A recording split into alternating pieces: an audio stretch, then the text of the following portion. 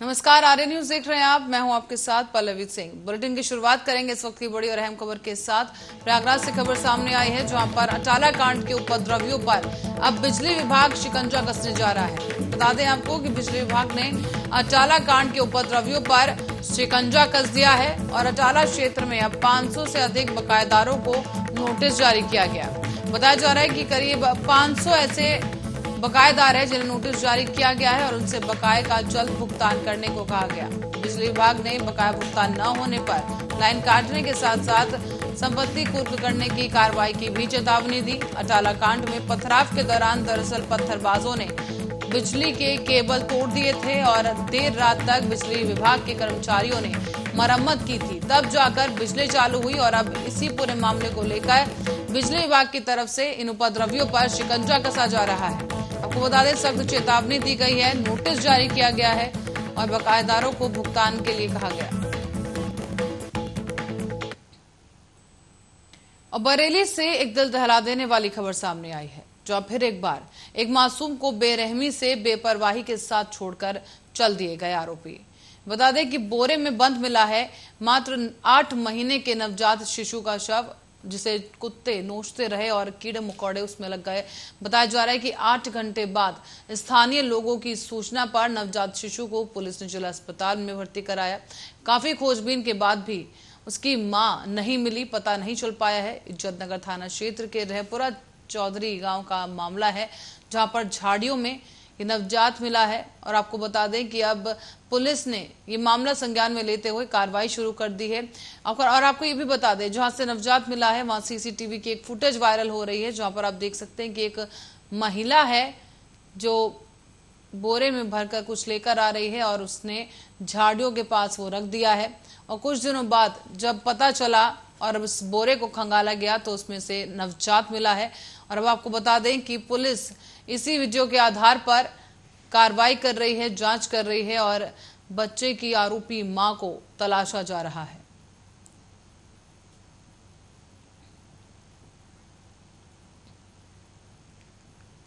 और इसी के साथ अब बढ़ेंगे अगली खबर की ओर, जहां आपको बता दें कि जम्मू कश्मीर के शोपिया में आतंकियों के खिलाफ सुरक्षा बलों को बड़ी कामयाबी मिली। शोपिया के कांजेलर इलाके में प्रतिबंधित आतंकी संगठन लश्कर-ए-तैयबा से जुड़े 2 आतंकवादी मार गिराए गए हैं। कश्मीर के आईजीपी ने बताया है कि इस एनकाउंटर में मारे गए एक आतंकी की पहचान शोपिया के जान मोहम्मद लोन के रूप में हुई। यह आतंकी कुलगांव जिले में 2 जून को हुई बैंक मैनेजर विजय कुमार की हत्या में शामिल था। गौरतलब है कि विजय कुमार राजस्थान के हनुमानगढ़ के मूल निवासी थे और कुलगांव के मोहनपुरा में बैंक मैनेजर के रूप में सेवाएं दे रहे थे। आतंकियों ने बैंक में घुसकर उन्हें गोलियां मारी थी और इससे पहले आतंकियों ने 31 मई को कुलगांव में एक महिला टीचर रजनी बाला को भी मार दिया था।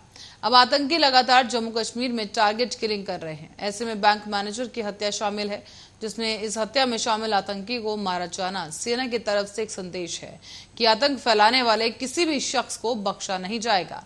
वहीं मंगलवार को ही यह खबर सामने आई थी कि श्रीनगर के बेमीना इलाके में सुरक्षा बलों के साथ मुठभेड़ हुई और इस मुठभेड़ में प्रतिबंधित आतंकी संगठन लश्कर के 2 आतंकी मार गिराए गए।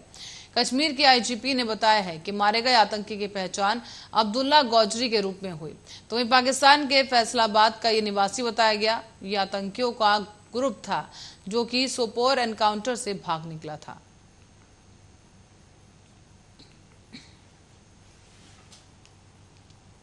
और खबर अब रायबरेली से है, जहां डलमऊ कोतवाली क्षेत्र के नगरुमऊ मजरे देवली निवासी आजमगढ़ में भट्टे पर मजदूरी करने वाले एक शख्स का शव मिला है।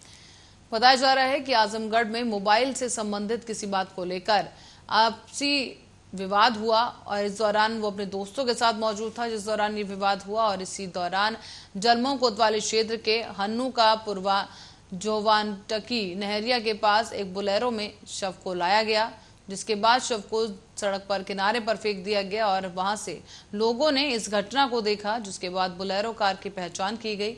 युवकों द्वारा फेंके गए शव को भी लोगों ने देख लिया, जिस पर उन्हें पकड़कर डलमऊ कोतवाली पुलिस के सुपुर्द कर दिया गया है। आपको ये भी बता दें कि पुलिस को तत्काल ही सूचना भी दी गई और थानाध्यक्ष पंकज त्रिपाठी और दरोगा संजय पांडे के द्वारा साक्ष्य जुटाए गए हैं। घटनास्थल पर जाकर मुआयना किया गया और शव को कब्जे में लेकर पंचनामे की कार्रवाई की गई।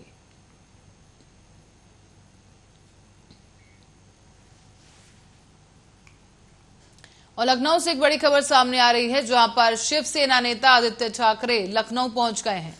आपको तस्वीरें भी साथ में दिखा दें कि आदित्य ठाकरे यहां पर लखनऊ पहुंचे हैं। आपको बता दें कि लखनऊ एयरपोर्ट पहुंचे आदित्य ठाकरे और लखनऊ से अयोध्या के लिए जल्द ही वो रवाना होंगे।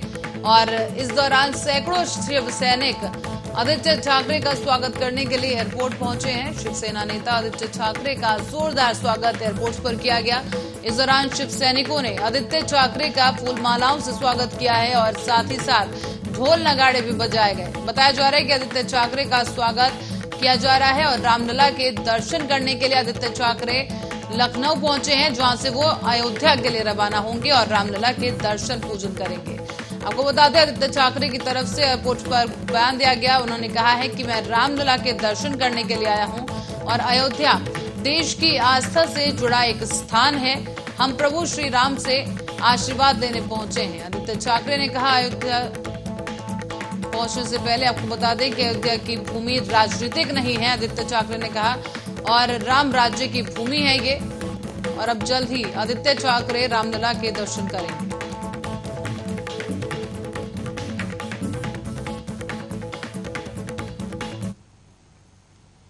अब बात करते हैं देश में कोरोना के हाल की। तो बता दें आपको कि कोरोना के केसेस में उछाल देखने को मिल रहा है। जहां बात बुधवार की करें तो बीते 24 घंटे में 8,822 नए केसेस मिले, जो कि पिछले 3 महीने में एक दिन में मिलने वाले सबसे ज्यादा केसेस हैं। इसी के साथ ही देश में सक्रिय जो केसेस हैं उनकी संख्या 3,089 हो गई है और अब ये संख्या बढ़कर के 93,637 हो गई है। दैनिक संक्रमण की दर यहां पर 2.35% है। और इसी बीच आईसीएमआर के एक अध्ययन के अनुसार कोवैक्सीन की बूस्टर खुराक डेल्टा और ओमिक्रॉन वेरिएंट के खिलाफ कारगर साबित हुई। बुधवार को सुबह 8 बजे केंद्रीय स्वास्थ्य मंत्रालय द्वारा अपडेट किए गए आंकड़ों के अनुसार बीते हुए 24 घंटे में 15 लोगों की महामारी से मौत भी हो गई है। इसे मिलाकर देश में अब तक कुल 5,24,792 मौतें हो चुकी हैं। मंगलवार को नए संक्रमितों की संख्या में कमी जरूर आई थी, लेकिन इसके साथ ही आपको बताते चलें कि इस दिन 6,594 नए संक्रमित भी मिले थे। इन सक्रिय मरीजों की संख्या बढ़कर अब 5,548 हो गई है। तो वहीं पिछले कुछ दिनों की बात करें तो मंगलवार को छोड़कर देश में नए संक्रमितों की संख्या लगातार बढ़ती जा रही है। इसी बीच सोमवार के आंकड़ों पर नजर डालेंगे। आपको बता दें कि सोमवार को 8,084 नए मरीज मिले थे। इसी दिन दैनिक संक्रमण 4 गुना बढ़ गया था और आपको बता दें कि ये जो दर बढ़ी थी और वो 4 महीने बाद बढ़ी है। 3.24% तक पहुंच गई थी ये दर। और इसी के पहले 11 फरवरी को संक्रमण दर 3.50% दर्ज की गई। बुधवार को ये घटकर 2.35% पर आ गई।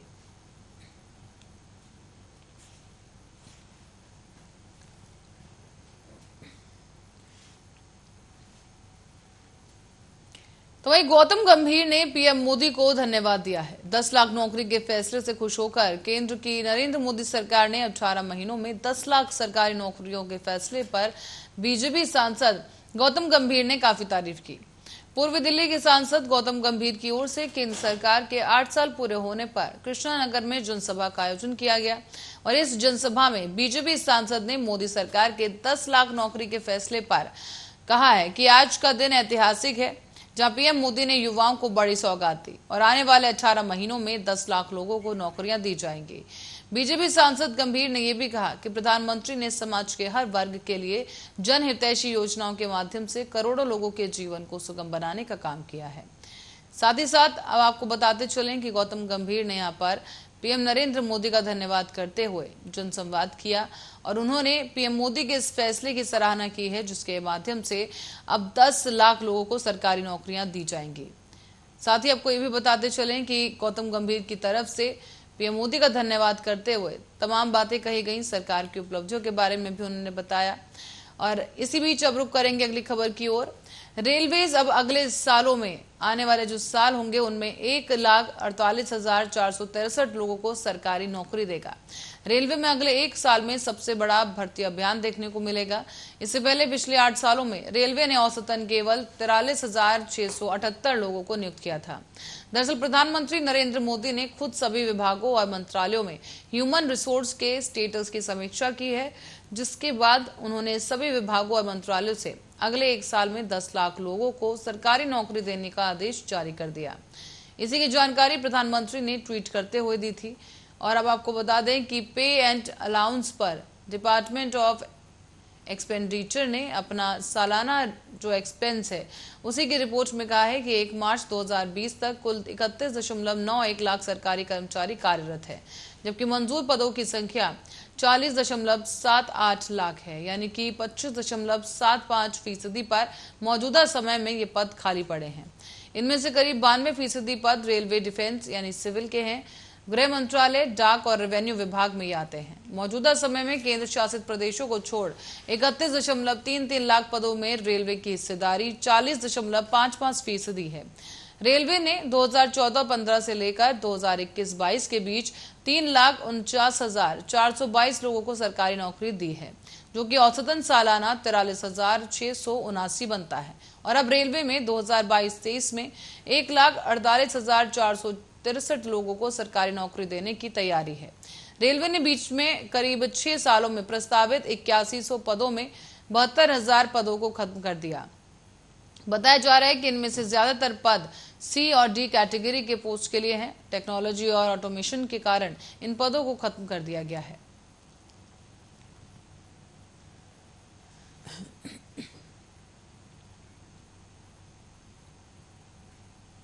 और इस बीच बढ़ेंगे अगली खबर की ओर। दिल्ली में राहुल गांधी से ईडी की पूछताछ के खिलाफ कांग्रेस की ओर से दिल्ली में प्रदर्शन किया जा रहा है।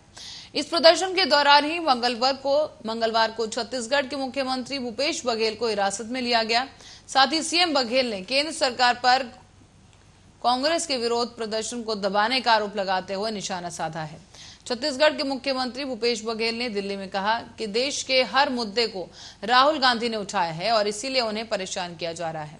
इनका यानी बीजेपी का जो राष्ट्रवाद है वो आयातित राष्ट्रवाद है और उस राष्ट्रवाद में जो भी विरोध में हो उसे दबा दिया जाए और कुचल दिया जाए, ये होता है। बता दें कि कांग्रेस के विरोध प्रदर्शन को लेकर सीएम बघेल पिछले 3 दिनों से दिल्ली में हैं। और आपको बताते चलें कि मुख्यमंत्री भूपेश बघेल ने कहा कि अगर उन्हें ये बहुत महंगा पड़ेगा, आप कार्यकर्ता नेता को कार्यालय में आने से प्रतिबंध लगा रहे हैं। आप किसी को भी एक सीमा तक दबा सकते हैं, उसके ऊपर नहीं। पूरा देश इस घटना को बेहद करीब से देख रहा है। और छत्तीसगढ़ के मुख्यमंत्री भूपेश बघेल ने यह भी कहा कि पूरे देश में जो हालात हैं वो सबके सामने हैं। 3 दिन से हम लोग दिल्ली में हैं और पहले दिल्ली 200 लोगों को अनुमति दी गई थी और कल कुछ नेताओं को अनुमति दी गई और आज तो हद हो गई, हम अपने स्टाफ को भी नहीं ला सकते।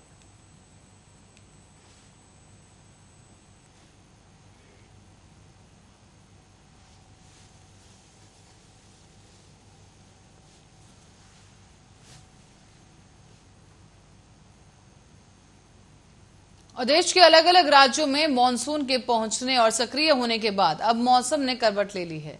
यूपी में भी बुधवार से मौसम बदला बदला दिख रहा है। और अब आपको बता दें कि पिछले कुछ दिनों से वाराणसी और प्रयागराज समेत कई जिलों में जहां लू चल रही थी वहां अब आसमान में आंशिक रूप से बारिश की संभावना है।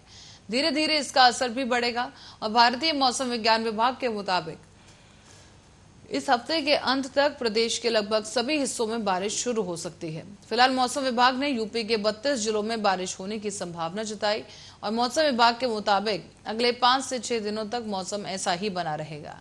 तो वहीं 17 या फिर 18 जून को यूपी में मानसून पहुंच सकता है, जबकि दूसरी तरफ प्रदेश में ज्यादातर शहरों में वायु गुणवत्ता सूचकांक अच्छा से खराब श्रेणी में है।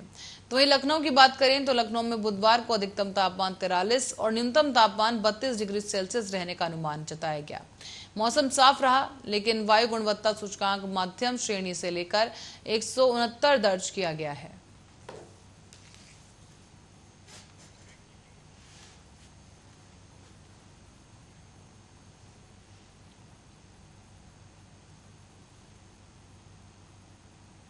और इस बीच रुकेंगे बड़ी खबर के लिए प्रयागराज से इस वक्त की बड़ी और अहम खबर, जहां जुम्मे की नमाज के बाद हिंसा का मामला सामने आया था और इसी मामले को लेकर अब उपद्रव करने वाले लोगों के 35 मकान और 33 दुकानों को चिन्हित किया गया है।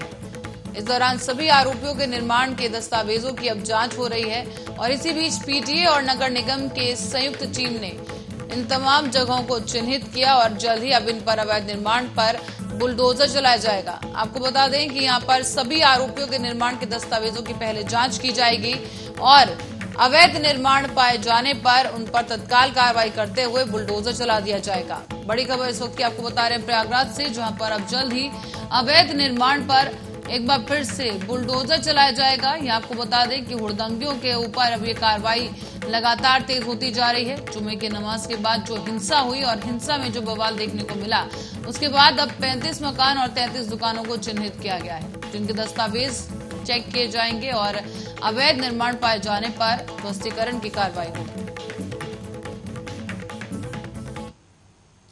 और शिवसेना के हिंदुत्व को लेकर उठ रहे सवाल के बीच आदित्य ठाकरे को अयोध्या भेजकर महाराष्ट्र के मुख्यमंत्री उद्धव ठाकरे ने सियासी दांव खेला है। माना जा रहा है कि आदित्य ठाकरे की अयोध्या यात्रा से पहले ही शिवसेना के कई नेता अयोध्या पहुंच चुके हैं और वो अयोध्या में करीब 6 घंटे रहेंगे। आदित्य ठाकरे की दौरे के दौरान जो तैयारी है उसे लेकर शिवसेना के सांसद संजय राउत पहले से ही अयोध्या में मौजूद हैं। संजय राउत ने बताया है कि आदित्य ठाकरे का कार्यक्रम पूरी तरह से धार्मिक है, इसे राजनीति से ना जोड़ा जाए। साथ ही संजय राउत ने यह भी कहा कि उनकी पार्टी शिवसेना का मानना है कि अयोध्या जाने से ऊर्जा मिलती है। पार्टी प्रमुख और महाराष्ट्र के मुख्यमंत्री उद्धव ठाकरे भी भगवान राम का दर्शन करने अयोध्या आ चुके हैं। अपनी सरकार के 100 दिन पूरे होने पर मौके पर मुख्यमंत्री उद्धव ठाकरे सपरिवार अयोध्या पहुंचे थे और जानकारी के मुताबिक उद्धव ठाकरे 2018 से 3 बार अयोध्या जा चुके हैं। राजनीतिक जानकार ये भी मानते हैं कि इसके पीछे शिवसेना का हिंदुत्व का एजेंडा हो सकता है।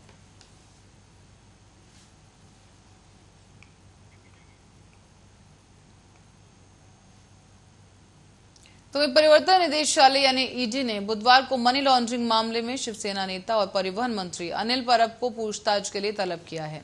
केंद्रीय एजेंसी ने हाल ही में दोपाली और दापोली के तटीय हिल स्टेशन पर एक रिजॉर्ट से संबंधित एक परिवर्तन मामले में सूचना में एक रिपोर्ट दर्ज की थी। इसके बाद 26 मई को ईडी ने मुंबई, पुणे और रत्नागिरी में परब और उसके करीबी लोगों की 7 संपत्तियों पर छापा मारा, जो कि एक उप क्षेत्रीय परिवहन अधिकारी बजरंग खरमटे से जुड़े थे और इसी पर परब के करीबी के रूप में उन्हें जाना जाता था। और इनकम टैक्स विभाग ने यह भी कहा है कि परब ने 2019 में भूमि पंजीकृत की थी, जबकि 2017 और 2020 के बीच भूखंड पर रिजॉर्ट विकसित किया गया था।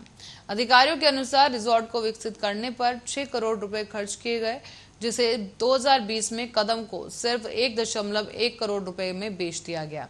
ईडी ने यह भी आरोप लगाया है कि कदम या परब द्वारा रिजॉर्ट के निर्माण की लागत का कोई भी हिसाब नहीं दिया गया है।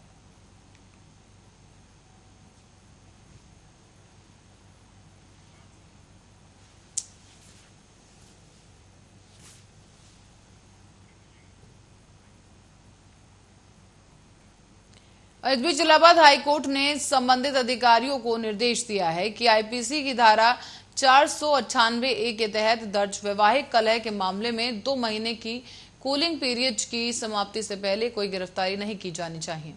इसके अलावा इस पीरियड के दौरान मामले को तुरंत परिवार कल्याण समिति को भेजा जाएगा, जो वैवाहिक विवाद को सुलझाने का प्रयास करेगी। आईपीसी की धारा 498A में किसी महिला के पति या उसके रिश्तेदारों को क्रूरता के अधीन करने पर सजा का प्रावधान है। तो वहीं आपको बता दें कि निचली अदालत द्वारा उनके निर्वहन आवेदन को खारिज करने की चुनौती दी गई। अदालत ने ससुराल वालों को आरोप मुक्त करने की अर्जी मंजूर कर ली है, लेकिन पति की याचिका खारिज करते हुए निचली अदालत में पेश होने का निर्देश दिया गया है। अदालत ने पति और ससुराल वाले लोगों द्वारा कथित या फिर यौन उत्पीड़न पर या दहेज की मांग के आरोप में भी निंदा की। कोर्ट ने अपने फैसले में साफ कर दिया है कि एफडब्ल्यूयूसी की आईपीसी की धारा 498A और आईपीसी की अन्य धाराओं में केवल उन्हीं मामलों को भेजा जाएगा जिनमें 10 साल से कम की सजा हो, लेकिन महिला को कोई शारीरिक चोट ना हो।